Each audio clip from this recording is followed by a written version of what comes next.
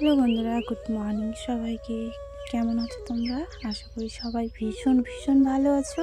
আর তোমাদের ভালোবাসায় আমরা অনেকটা ভালো আছি। সিম্পল লাইফ ভিলেজ চ্যানেলে তোমাদেরকে অনেক অনেক স্বাগত জানাই। তোমরা সবাই আমার সাথে থাকো আর শুরু থেকে শেষ অবধি ব্লগটা দেখতে থাকো।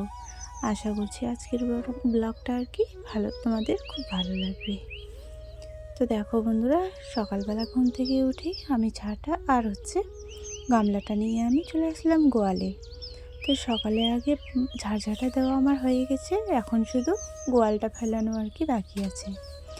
তো আজকে প্রথমেই বলে দিই, আমার মেয়ে আর কি মোবাইলটা ধরেছিল, তো তার জন্য আর কি একটু আর কি ঝুঁকে গেছে ভিডিওটা। তো তোমরা একটু কষ্ট করে দেখে নিও, কারণ আমার না স্ট্যান্ড যেটা বলে, তো ওই ভিডিও করার স্ট্যান্ডটা না ভেঙে গেছে। তো অনেক দিন ধরে আর কি ভেঙে গেছিলো, তো এখন মানে কি বলবো, ভিডিও করাই যাচ্ছে না।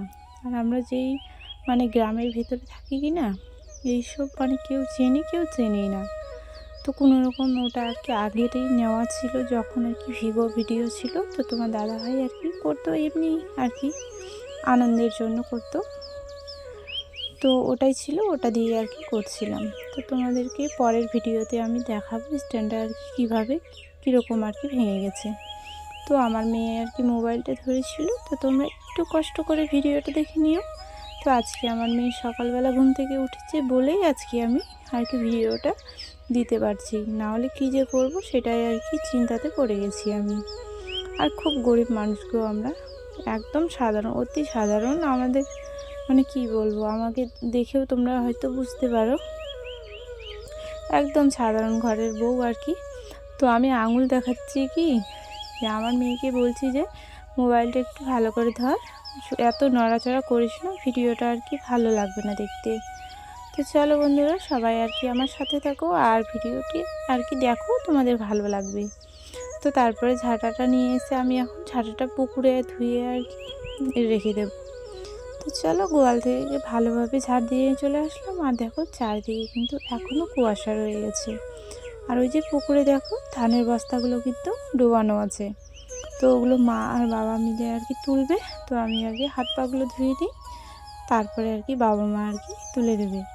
আর আমার ঘর লেপানো বাকি আছে। তো চলো ঘরটা লেপে নিই, তারপরে বাবা মা আর কি এই পুকুর ঘাটে নেমে আর কি কাজটা সেরে নেবে। তো ধানের বস্তাগুলো এত যে ভারী হয়ে যায় না, আমি না পারি না।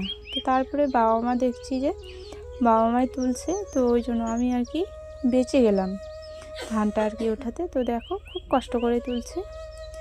তো এইভাবে আর কি আমাদের কষ্ট করে ধান সেদ্ধ করতে হয়। কখনো আর কি ওই তোমার কি বলে হাঁড়ির মধ্যে দেই, তো হাঁড়িগুলো খুব ছোট ছোট, ওই জন্য আর কি বাবা বাড়িতে চলে এসছে, ওই জন্য ধানের বস্তাগুলো জলে ভিজিয়ে দিয়েছি একবারে।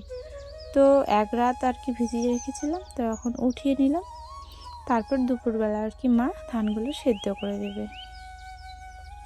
তো এগুলো করতে করতে অনেকটা বেলা হয়ে গেছিলো। আর ওইদিকে আমি আর কি রান্নাঘরটা আর কি লেপে দিয়েছিলাম, আর শুধু এখন বাড়ির এই যে ভেতরটা আর কি দেওয়া বাকি ছিল। তো এই যে মারুলিটা আমি এখানে আর কি দিয়ে দিলাম, তারপরে এখন আমি বাইরের দরজার সামনেরটা আর কি দিয়ে দেব। তো আমার খুব কাজের চাপ পড়ে গেছে গো বন্ধুরা, ওই জন্য আমি আর কি বড় বড় ভিডিও আর কি দিতে পারছি না। তো ছোট ছোট করে তোমাদের দেখানোর আর কি চেষ্টা করি।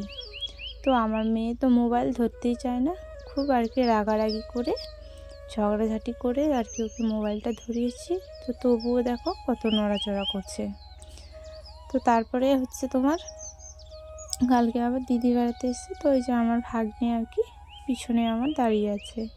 তো আমাকে খুব ভালোবাসে, সবসময় শুধু মামি মামি করে।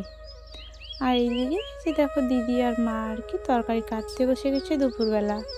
তো আমরা আবার খড় আর কি নিতে গেছিলাম, তো ওখান থেকে এসে এখন আর কি একটু বসে আছি। আমি আর কি ভাত রান্না আর কি করবো, তো ওই জন্য রান্না আর কি চাপিয়ে দিয়েছি আমি। তো চলো বন্ধুরা, আজকে ভিডিওটা কিন্তু আমি এখানেই শেষ করছি। আর যে দিদিভাই আর কি আমাকে প্রত্যেকদিন বলে রোজ দিন ছাগলের বাচ্চাগুলোকে দেখাও, তো দিদিভাই আমার কখনো মনে থাকে কখনো থাকে না। তো তুমি একটু কষ্ট করে ভিডিওটা আমার দেখে নিও। আর কি এত কাজের চাপ পড়ে গেছে না আমার উপর, যে তোমাদের সাথে আমি সব কিছু শেয়ার করতেই পারি না। তো চলো বন্ধুরা, সবাইকে টাটা, সবাই সুস্থ থেকো, ভালো থেকো।